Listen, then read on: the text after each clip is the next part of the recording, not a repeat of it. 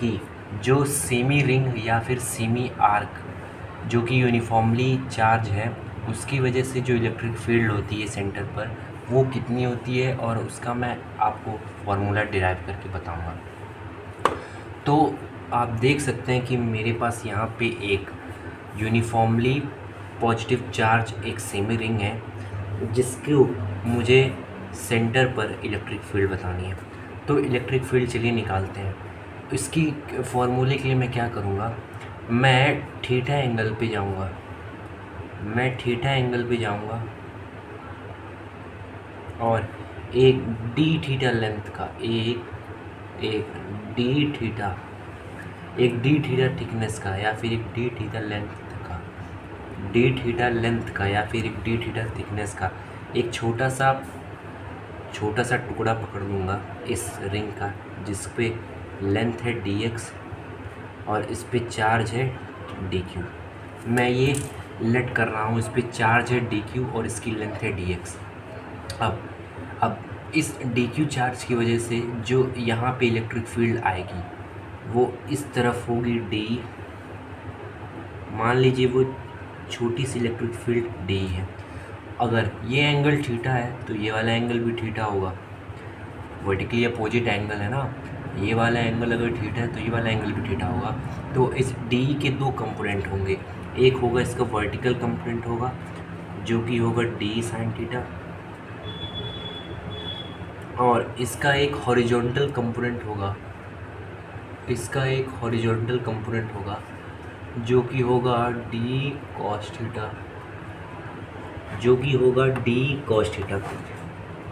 Same मैंने क्या किया, सेम टू सेम इस तरफ भी, जैसे मैंने यहाँ पे थीटा एंगल पे जाके डी थीटा एंगल का एक छोटा सा टुकड़ा पकड़ा था जिसकी लेंथ थी dx और जिस पे चार्ज था dq, सेम मैं यहाँ पे भी करूँगा।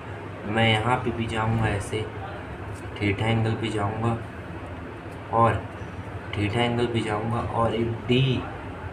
एक डी थीटा लेंथ का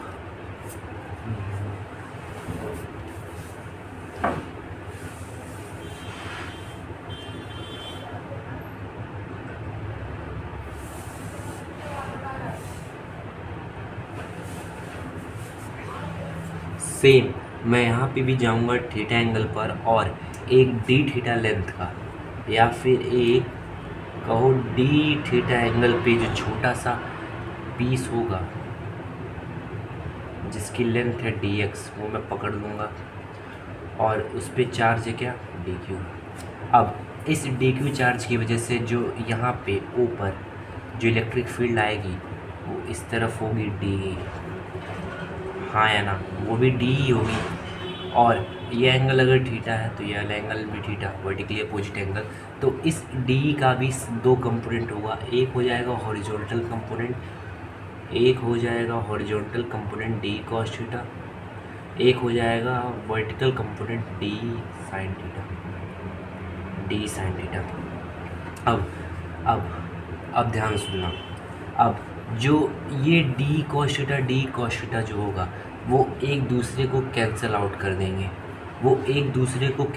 कर देंगे, क्योंकि दो वेक्टर्स एक दूसरे से अपोजिट डायरेक्शन में है और दोनों के बीच में 180 डिग्री है और दोनों इक्वल्स हैं। तो ये एक दूसरे को कैंसिल आउट करके जो नेट वैल्यू होगी वो ज़ीरो दे देंगे।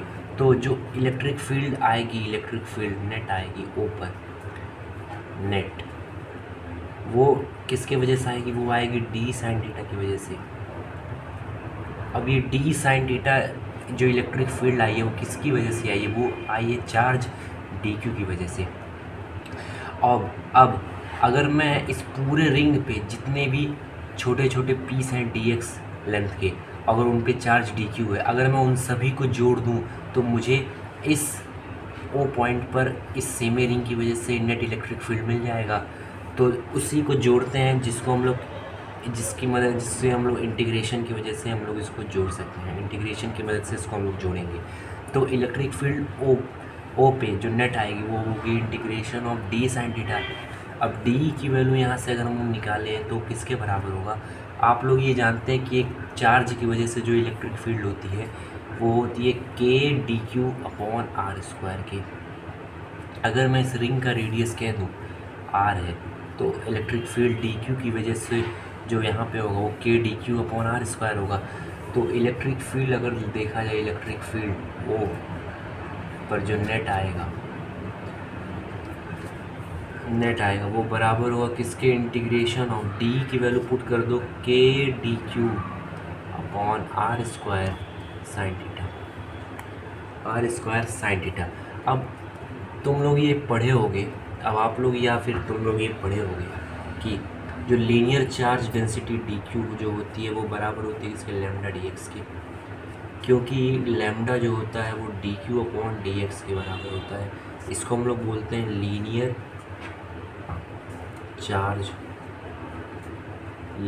चार्ज डेंसिटी, इसको हम लोग बोलते हैं लीनियर चार्ज डेंसिटी।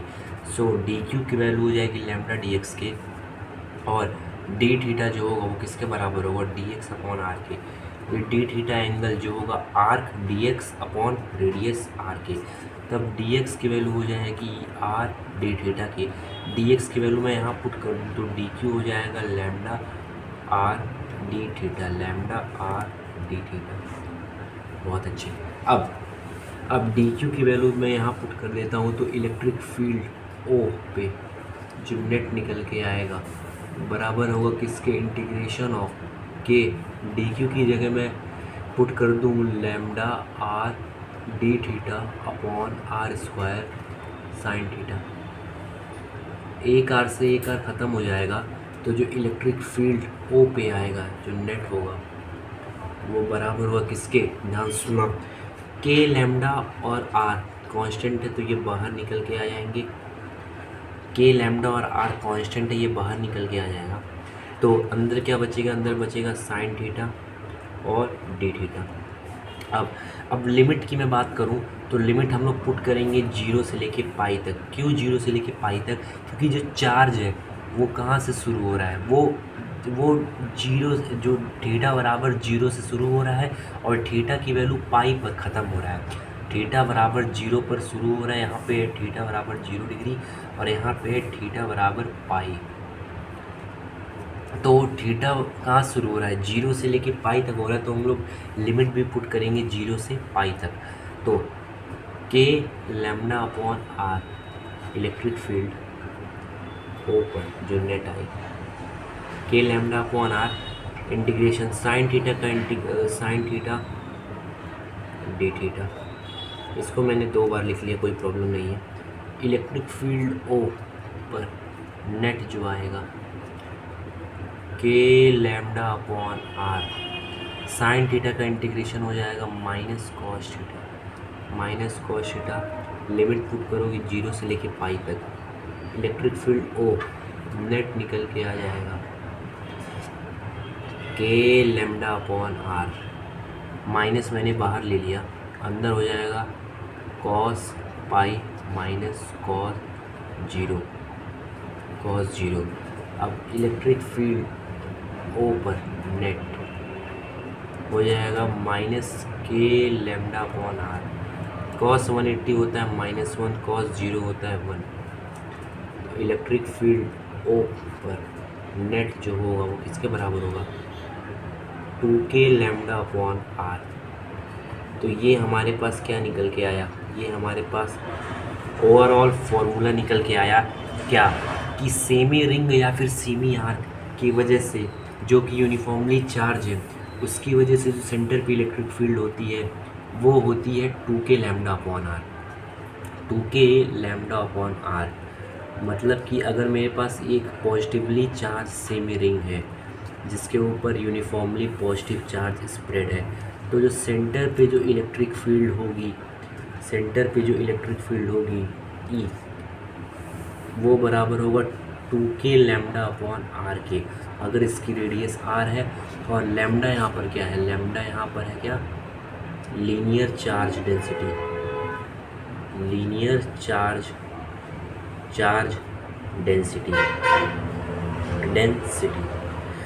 ये तो है पॉजिटिव चार्ज की वजह से। अगर क्या हो, अगर ये